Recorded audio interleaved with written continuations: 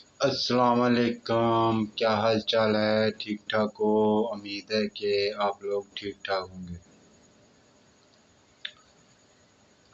ایجا ہم لوگ مسلمان ہیں، میرا فرض ہے کہ مسلمان ہونے کے ناطے ہم غزہ پر بات کریں، یعنی فلسطین کے معصوم بچے جو نہتا عورتوں پر ظلم ہو رہا ہے اور معصوم بچوں پر ظلم ہو رہا ہے۔ ہم ہر قسم کی بات تو کرتے ہیں مگر عملاً طور پر کوئی بات نہیں کرتے۔ میرا نظریہ یہ ہے کہ کم سے کم اگر ہم کچھ کر نہیں سکتے تو ان بچوں کے لیے بولنا چاہیے، لہذا ہمارا ایمان کا یہ حصہ بھی ہونا چاہیے۔ ہم مسلمان بطور تو ہیں مگر ہم پوری طرح سے کوشش نہیں کرتے ہیں۔ ہمارا سینٹر مشتاق احمد جو کہ مجاہد، مرد مجاہد، بزرگ آدمی ہے، آج کی تازہ ترین رپورٹ کے مطابق وہ غزہ سے کوشی دوری پر ہے۔ اس کی ذرائع سے اطلاع ملی ہے کہ وہ غزہ پہنچنے ہی والا ہے۔ اس کے ساتھ پاکستانی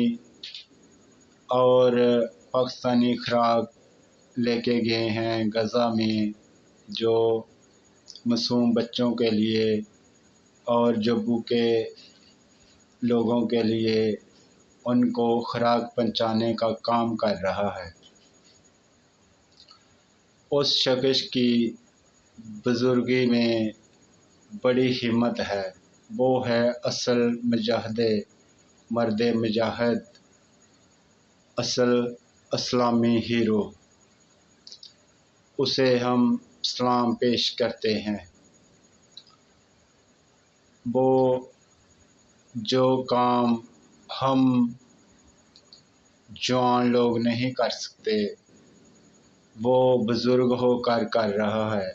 اس نے بتایا کہ ہمارے اوپر سے ڈرون اٹیک ہوئے ہیں اور ہم ڈرون اٹیک سے بچ نکلے ہیں اور مزید آگے بڑھ رہے ہیں۔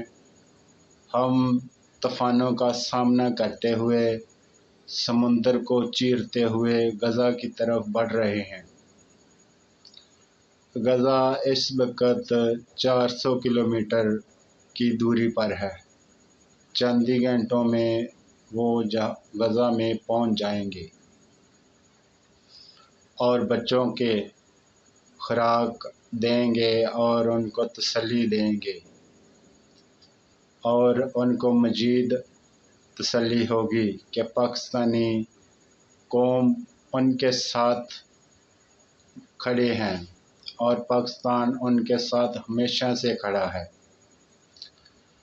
بھرپور کوشش کے ساتھ اس بزرگ نے قربانی دی اور جہاں تک پہنچا، لہذا مزید پاکستانی ایسی کوششیں کریں تو غزہ میں انسانی حقوق کی پامالی نہیں ہوگی اور نہ ہی غزہ میں کوئی نقصان ہوگا۔